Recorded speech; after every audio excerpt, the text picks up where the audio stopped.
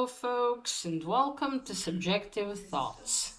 And our manga for today is Lone Wolf and Cub Omnibus 1 by Kazuo Koike. Now, there is violence, murder, killing, blood, suicide, more violence, body parts flying, and swords in this one, so if you are in any way squeamish, you have been warned. Also, spoilers. Alright, so the writing was by Kazuo Koike, like I said, and the art is by Goseki Kojima.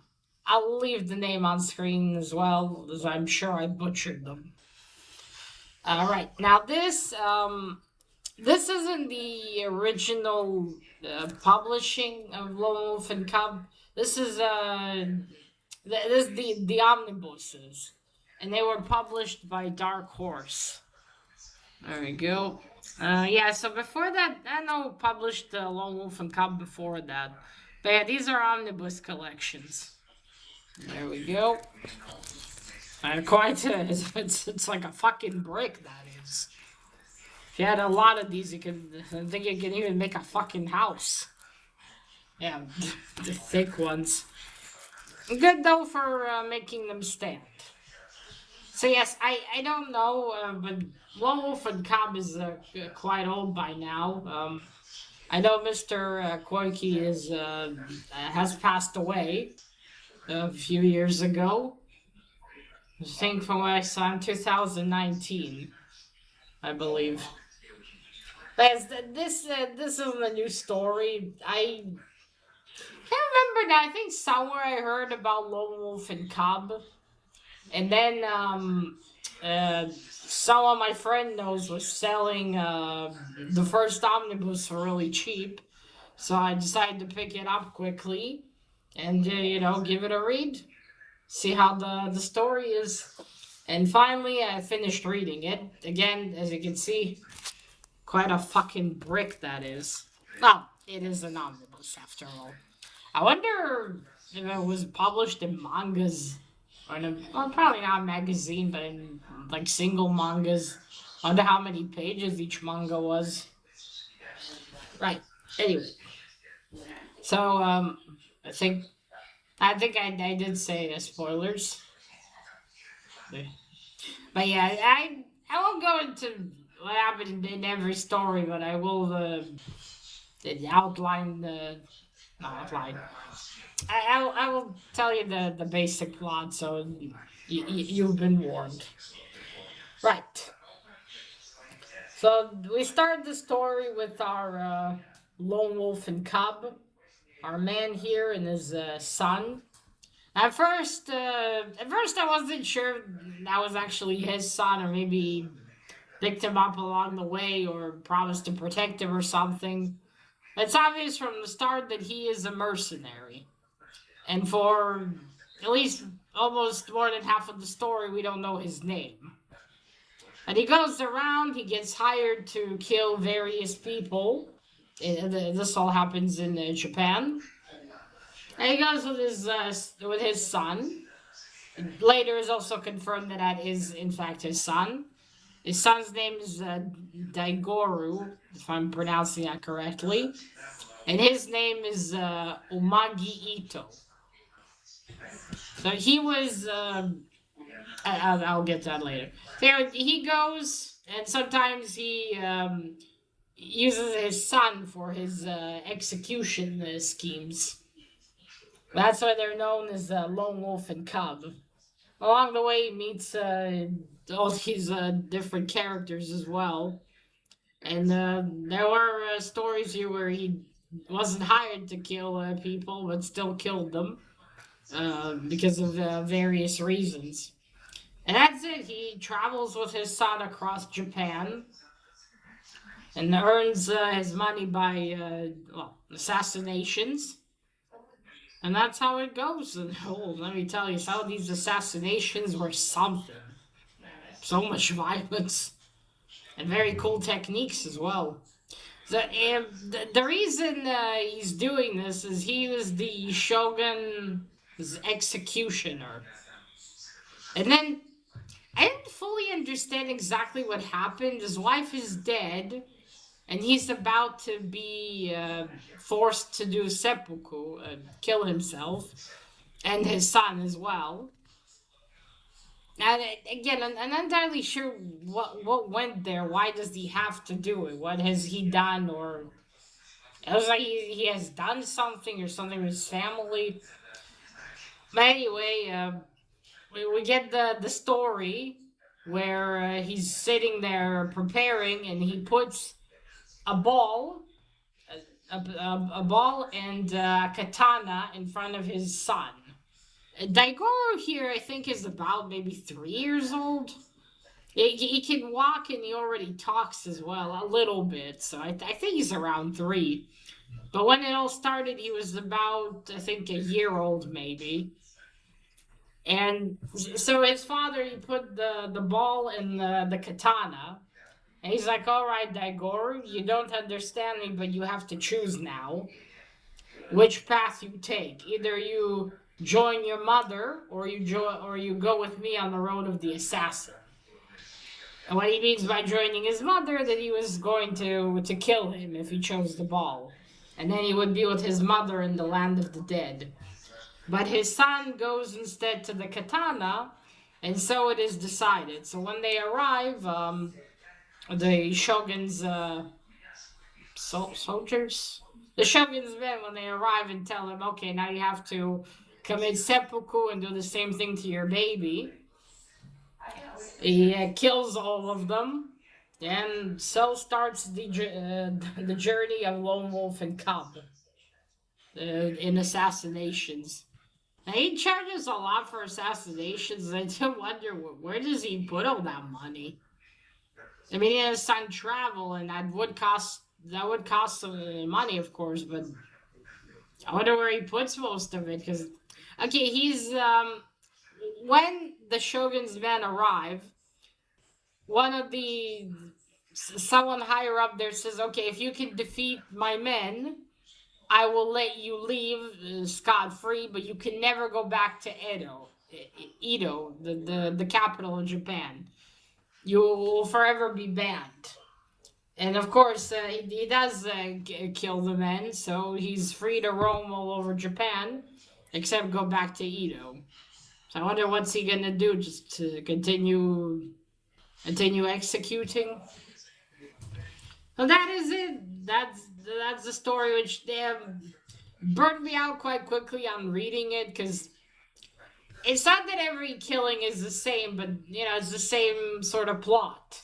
He goes somewhere and looks for his target. Again, some stories he wasn't there to kill a target; he was just passing by, and ended up killing some people that stood in his way. And he's a master in some techniques, a very good master. So he killed some really talented warriors here, and his son also helped. There's also one story where his son he has a fever. Omagi, he's sick, and his son goes out, and by a misunderstanding, a young servant girl passes him. There's a kite is flying. The son of a lord is flying a kite, and it lands near Daigoro. And the little girl, not so little, she thinks it belongs to him, so she gives him the kite. And then the little lord's son, who's a brat, and tells him, "Ah, you stole my kite." Even though, how did he? Just because he's holding it, he slaps Daigoro. And Daigoro jumps, the 3-year-old grabs his sword and slices him. He doesn't kill him, and the wound, a doctor even later confirms, is just a scratch. And the way that the kid was crying, you think he went right into the bone. So they capture him, and dad of this little boy, he starts thinking, and assumes that this is Lone Wolf and Cub, and that Umagi is there to kill him. And so he keeps Daigoro hostage, and like no food and water. He wants him to call his father. A little servant girl. She's chosen to be the lowest in ranking servant of the samurai house. So she helps him because she feels a little bit guilty. If she didn't give him the kite, this probably wouldn't have happened. The Lord would have probably just taken. Although who knows? Maybe he would have been an asshole and still accused him of it. So she helps him. She brings him food and snow so he would have water. But it's found out by the master of the house, and she gets beaten. And they mistake her for the daughter of Umagi. So then they throw in the poor servant girl with Daigoro, and she tells him to run away. And so he does, and they follow him. He gets into the temple where his father is resting. He takes his sword, and Umagi's like, "You start to fight, you can't finish Daigoro." So he goes over there.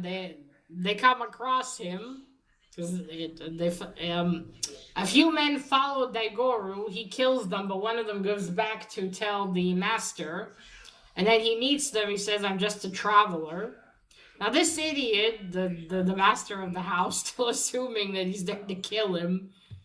Well, he ended up losing a lot of his men. I couldn't see if he was killed as well.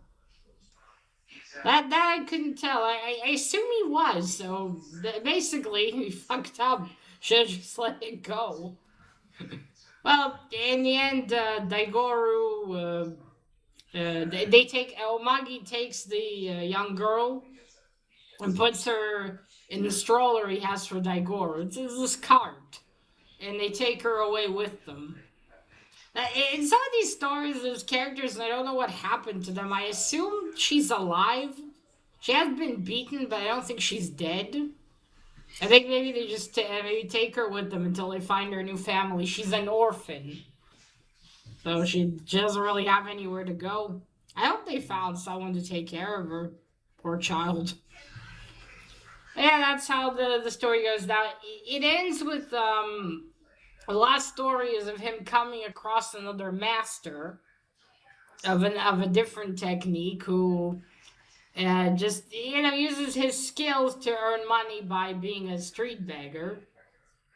He has this. He sits at a table and there's weapons on it. His head pokes through the table, and you can pay money to try to squash his head with a sword, a mallet, whatever. And he notices Omagi there because him and his son are there standing too. And he knows who he is, and he wants to stop him in his path. He's like, "Oh, this will be my purpose in life. I will stop you from killing people because you have so much blood in your hands." And they have a fight. They're about to have a duel, but it's actually really cool. You can see them looking at each other, and then there's like them playing montages of what moves they'll use in their heads.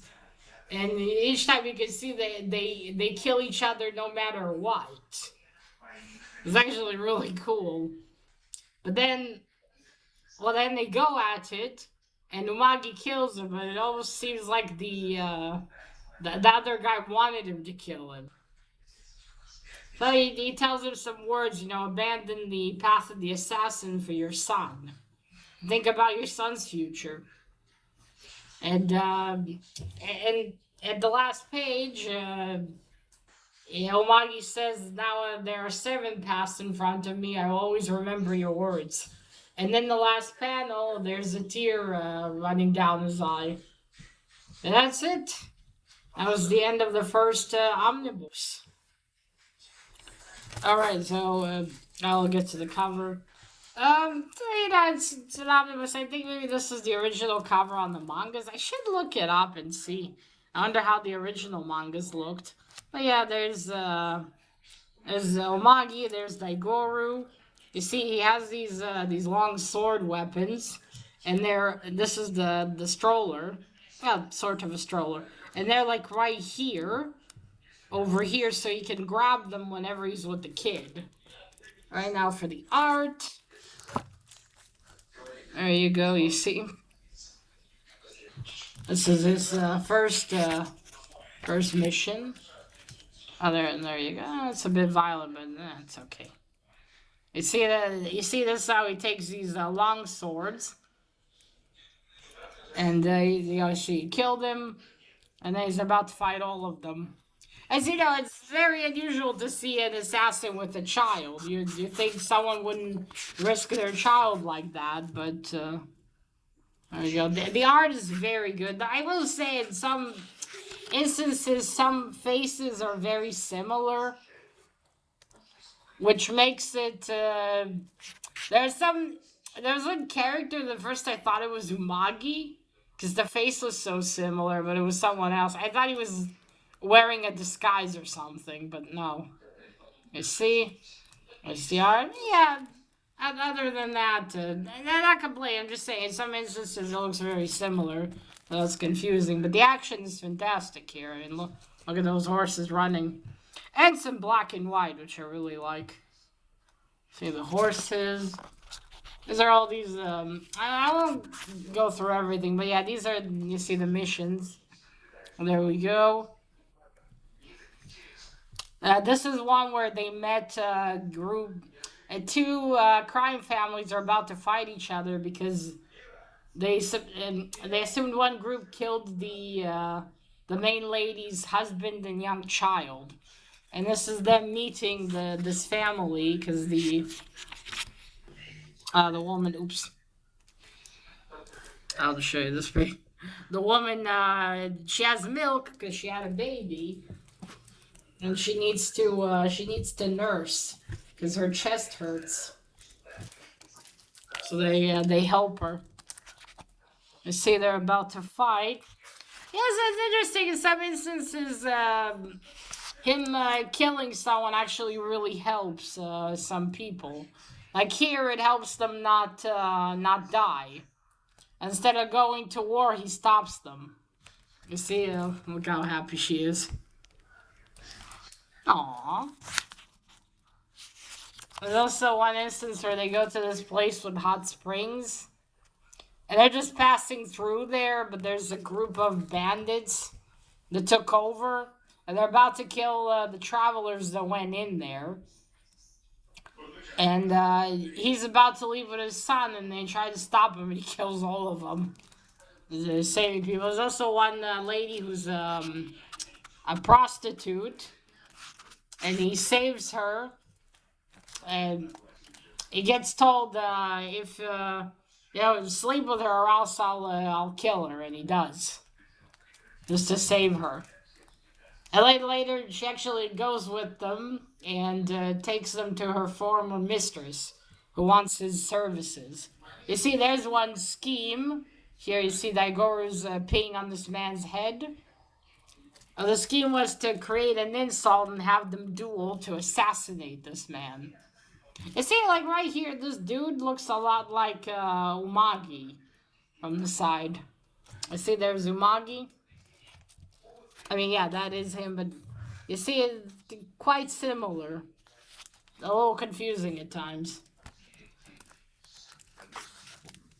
Oh yeah, you see, there's a different mission. So yeah, that's the art style. Like in a lot of manga I've read, the art style is fantastic. Very detailed and very good. Alright, now for the story itself. I wasn't sure what to expect. Throughout most of it, I was curious to find out if Daigoro was actually his son. Why did he become an assassin even? What happened to Daigoro's mother? And yeah, well, that was all answered. And although, again, it's the problem is because he's an assassin, so it's going to be the same. He's going to get an assassination, and he's going to have to. It's going to be a bit repetitive, especially if you read an omnibus. I'm sure if you read it with the single mangas, it's not as repetitive. So yeah, I took a bit of a break from reading this, and I went back. I did enjoy the stories. I should have. what I should have done is just read one a day. That would have been easier. And still, I really enjoyed the stories here to see how this all started. I'm curious to see how this continues. I mean, is he just gonna be an assassin forever? Is this how Daigoru's gonna grow up? Because he's already affected by all of this. He's seen quite a fair bit of murder that his father has committed. Will he ever be able to go back to Edo? What will happen? This is a very long story, and I hope I can get all of it to read it. I will definitely try because I am curious how this wraps up. What happens is does Daigoro grow up more in this time? Is there's a lot of omnibuses, quite a lot of them. I do wonder. It's interesting all the customs of old Japan back then. How if you've if you committed a mistake, if you made a mistake or committed some sort of embarrassment, how they would take it to the extreme and someone would kill themselves in a very painful way, just to make up for it. And yeah, one might think, oh, what a terrible dad. Why is he taking the kid with him on all these assassinations and putting him right in the line of in the line of danger, essentially getting killed?